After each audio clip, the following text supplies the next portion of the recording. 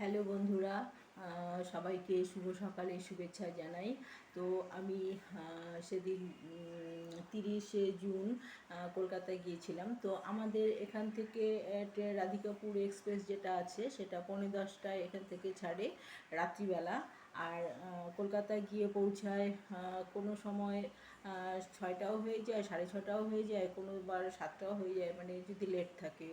তো যাই হোক, সারা রাত্রি তো ঘুমিয়েই যেতে হয় মোটামুটি। ফারাক্কা ব্রিজ পার হয়ে সবাই মোটামুটি ঘুমিয়েই পড়ে। তো যাই হোক, সেই মতো আমিও ঘুমিয়ে পড়েছি। খাওয়া দাওয়া বাড়ি থেকেই করে গিয়েছিলাম। তো ঘুমানোর পরে যখন ট্রেন প্রায় ব্যান্ডেল এসে পৌঁছেছে, বা তারপরে নৈহাটি এসে পৌঁছেছে, তারপরে যখন স্টেশন আসলো তখন মোটামুটি মনে হয় ওটা দমদম। তো যাই হোক, ওখানে সব ঘুম থেকে উঠলাম, চোখ মুছতে মুছতে উঠে কোনো রকম একটু বসলাম। ঘুমের ভাবও কাটেনি। আর আমার এমনিতেই একটু ঘুম বেশি, ট্রেন হোক আর যেখানেই হোক আমি শুয়ে পড়লেই ঘুমিয়ে পড়ি। তো যাই হোক, চোখ বন্ধ করে কোনো রকম বসে চোখটা মুছতে মুছতে আর কি বসে আছি। তো সেই মুহূর্তে একজন মহিলা দেখলাম মাথায় হাত দিয়ে জয় তারা বলে বললো যে তোর ভালো হবে, এই হবে, সে। আমি চোখ খুলে দেখি সে মাথায় অনেক জট আছে, কোমর পর্যন্ত চুলের জট, আর লাল শাড়ি, লাল ব্লাউজ পরা, আর কপালে একদম সিঁদুর গোটাটা লেপ্টে আছে সিঁদুরে। তো যাই হোক, মালা টালা যেগুলো আছে সেগুলো রুদ্রাক্ষরের মালা টালা পড়েছে। তো ঘুম থেকে উঠেই সঙ্গে সঙ্গে বলে দে 20 টাকা। হ্যাঁ, তো আমার পাশে যারা ছিল, দুজন ভদ্রমহিলা ছিলেন, ওনার কাছেও চাচ্ছেন দে 20 টাকা তাড়াতাড়ি, মানে এত জলদি বলছে, এত তাড়াতাড়ি বলছে, মানে 5 মিনিট সময় করার দেরি করার ফুরসত নেই। তো চটাচট মানে বের কর বের কর, 20 20 টাকা 20 টাকা বের কর। তো আমার পাশে যারা ছিল ওরাও আমার দিকে দেখছে, আমিও দেখছি, মানে দুইজন চোখাচোখি কী বলি। তো যাই হোক, ওনারা আগে বের করে দিলেন 20 টাকা। এবার আমাকে বলছে তুমি তুমি দাও তুমি দাও, তাড়াতাড়ি তাড়াতাড়ি, এরকম করছে। তো যাই হোক, আমিও পার্স থেকে সকাল সকাল 20 টাকা বের করে দিলাম। তো মানে এক মুহূর্ত দেরি করছে না। তো সেখান থেকে আরও কতগুলো বগিতে ঘুরেছে কে জানে।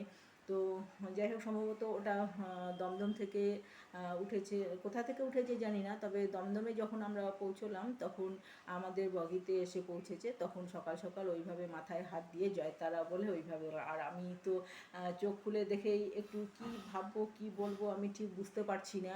তো যাই হোক, 20 টাকা আমি বের করে দিলাম। তো তবুও আমি বললাম যে 20 টাকা কেন?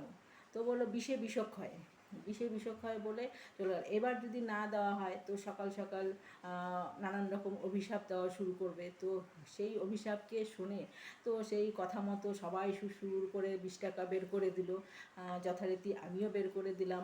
আরও পাশে যারা ছিল আমার বগিতে 6জন 8জন ছিল, 8জনের মধ্যে 6জনেরটা নিয়েছে, আর 2জন মহিলা ছিল বোরখা পরা, ওনাদের কাছে চাননি।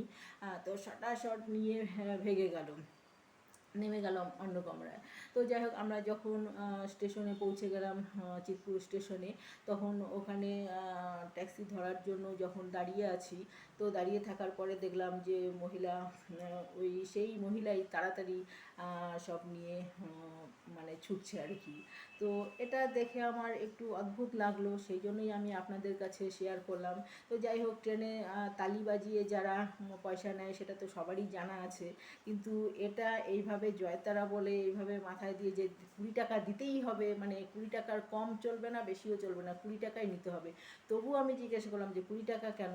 তো বললো যে বিষে বিষক্ষয়। তাহলে বলুন কি করার আছে? তখন সবাই দিয়ে দিচ্ছে। সকালবেলা দুটো বাজে কথা বা দুটো খারাপ মন্তব্য, অভিশাপ, এসব কার শুনতে ভালো লাগবে? তো এইভাবেই চলে আসছে, এইভাবেই সবাই দিয়ে আসছে।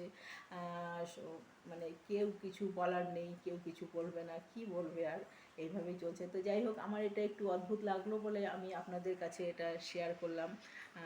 এটার যাই হোক, আপনাদের কমেন্টে একটু জানাবেন।